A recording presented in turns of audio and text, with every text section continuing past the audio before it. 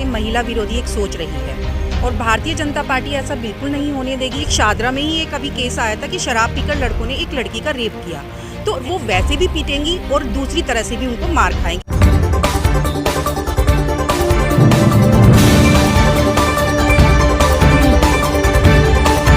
आप देख रहे हैं अखबार। नमस्कार, मैं ज्योति निषाद और आप देख रहे हैं अखबार।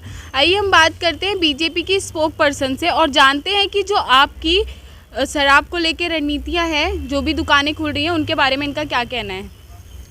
नमस्ते मैम। जो भी अभी आम आदमी ने चलाई है कि जगह जगह शराब के ठेके खोले जा रहे हैं, उससे लोगों को बहुत परेशानी हो रही है और आप तो एक महिला हैं, जानती होंगी कि उससे सबसे ज़्यादा इफेक्ट महिलाओं को पड़ रहा है, तो आप इसके बारे में क्या कहेंगी। देखिए, अरविंद केजरीवाल जी की हमेशा से महिला विरोधी एक सोच रही है और भारतीय जनता पार्टी ऐसा बिल्कुल नहीं होने देगी। सारी महिलाएं जो भी भारतीय जनता पार्टी में हैं, वो हर एक महिला के साथ हैं। आज दिल्ली में इतनी विनाशकारी जो ये शराब नीति है, उसकी ऐसी स्थिति हो गई है, उसके रुझान भी आने शुरू हो गए हैं।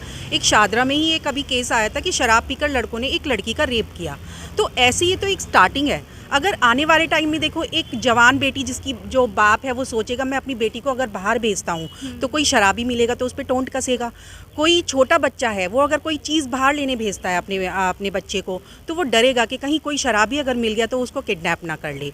और कहीं एक बहू घर की निकलेगी, वो ज्वेलरी पहनने से डरेगी कि कहीं कोई शराबी आएगा और मुझसे छीन कर ना भाग जाए। कैमरे लगवाऊंगा महिलाओं की सुरक्षा के लिए, मैं हर जगह लाइटें लगवाऊंगा महिलाओं की सुरक्षा के लिए, मैं बसों में मार्शल्स दूंगा, महिला मार्शल्स दूंगा महिलाओं की सुरक्षा के लिए। लेकिन क्या किया, आप उनकी जो सोच है उसको सोच सकते हैं। एक जैसे दिल्ली में निर्भया कांड हुआ, उसमें उन्होंने उस बलात्कारी को सिलाई मशीन दी और एक जॉब दी, तो ये तो एक बलात्कारियों को बढ़ावा दे रहे हैं। और आप सोचिए कि पिंक ठेके खुलवा दिए, महिलाओं के पिंक ठेके, जिसमें कि 30% डिस्काउंट मिलेगा। और अगर 30% डिस्काउंट उन शराब के ठेकों पर मिलता है तो सोचिए, जो बाप होगा, जो शराब पीते हैं, उनका भाई होगा, उनका पति होगा, तो वो उनको बोलेगा कि जाओ 30% डिस्काउंट है, लेकर आओ। और वो वैसे भी पीटेंगी और दूसरी तरह से भी उनको मार खाएंगे और उनको मानसिक जो प्रताड़ना जो अरविंद केजरीवाल जी के कारण मिलेगी। तो सोचो महिलाओं की वो क्या स्थिति करना चाहते हैं।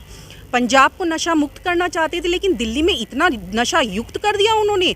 मतलब सोचो तो, मतलब अपने बच्चों को भी वो शायद शराब की नीति में से अवगत कराना चाहते हैं। वो शराब के लिए क्लासेस दे रहे हैं कि किस तरह से आप शराब पी सकते हो। और तो और दूसरी बात, हमारा जो यंगस्टर है 21 साल का हो जाता है, वो उस समय युवा होता है, कुछ करने की सोचता है, कुछ अच्छी लगन लगाने की सोचता है। उनके पेरेंट्स उनसे एक्सपेक्टेशन करते हैं कि कुछ अच्छा करेगा हमारा बेटा। लेकिन उन्होंने जब जगह जगह हर गली में शराब के ठेके खुलेंगे तो वहाँ का वातावरण हमारे पूरी पर्सनैलिटी पे इफ़ेक्ट करता है, प्रभाव डालता है। और अगर जगह जगह पर शराब के ठेके खुलेंगे तो सोचो हमारा युवा किस तरफ जाएगा। जिस समय वो काम करने का सोच रहा होता है, उस समय वो इस शराब की आबाकारी नीति में पड़ जाएगा। आज पहले जो केजरीवाल जी बोलते थे कि मैं हर घर में नल से पानी दूंगा, आज स्थिति है कि हर घर से पानी नहीं आ रहा, हर घर से शराब के नल खोलना चाह रहे हैं वो। जिस समय कोरोना था, उस समय अरविंद केजरीवाल जी कहते थे मैं ऐसी नीतियाँ बनाऊंगा कि हर घर में दवाई मैं डिस्ट्रीब्यूट कर सकूं। लेकिन उन्होंने दवाई जो प्लानिंग थी, दवाई नहीं भेजी। हर घर में शराब कैसे बढ़ सके, उस समय कोरोना काल में वो नीति बना रहे थे कि किस तरह मैं शराब घर घर तक पहुँचाऊँ। तो इनकी जो महिला विरोधी सोच है वो बहुत ही नकारात्मक है और हम भारतीय जनता पार्टी इसको बिल्कुल भी सक्रिय नहीं होने दे सकते हैं। हाँ, तो अभी अध्यक्ष जी ने इसके लिए कुछ नीतियाँ बनाई हैं इसे रोकने के लिए कि ठेके पे हम लोग बंद करवाएंगे, कुछ भी जो भी हैं रणनीतियाँ, तो आप उसके बारे में क्या कहेंगे। देखिए, मैंने बोला है ना कि भारतीय जनता पार्टी पूरा पुरजोर विरोध कर रही है। हमें आंदोलन करना पड़े, हमें कुछ भी करना पड़े, हमें एमसीडी का सहारा लेना पड़े, हमें सरकार का सहारा लेना पड़े, हम पूरा प्रयास करेंगे कि किस तरह से दिल्ली में शराब के ठेके ना खोलें। क्योंकि आज जन समर्थन हमारे साथ है। आज पूरा गली के, क्योंकि जिस गली के बाहर, जिस गली के नुक्कड़ पर वो शराब का ठेका होगा, उनका एड्रेस क्या होगा, ठेके वाला मकान।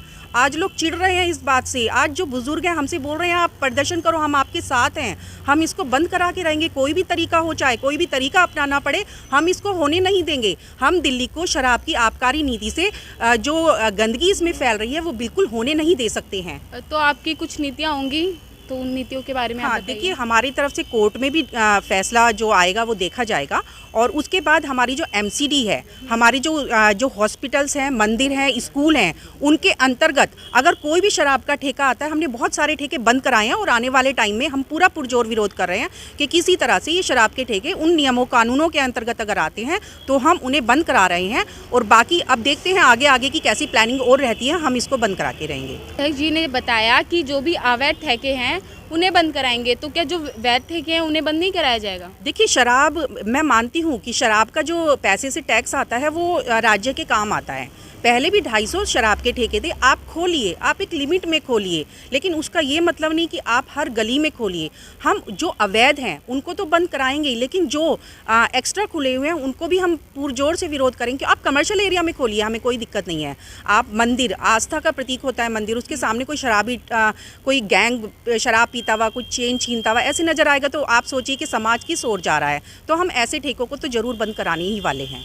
कि आपने देखा कि इन्होंने बताया कि कितनी सारी नीतियां बनाई गई हैं शराब के ठेके को बंद करने के लिए।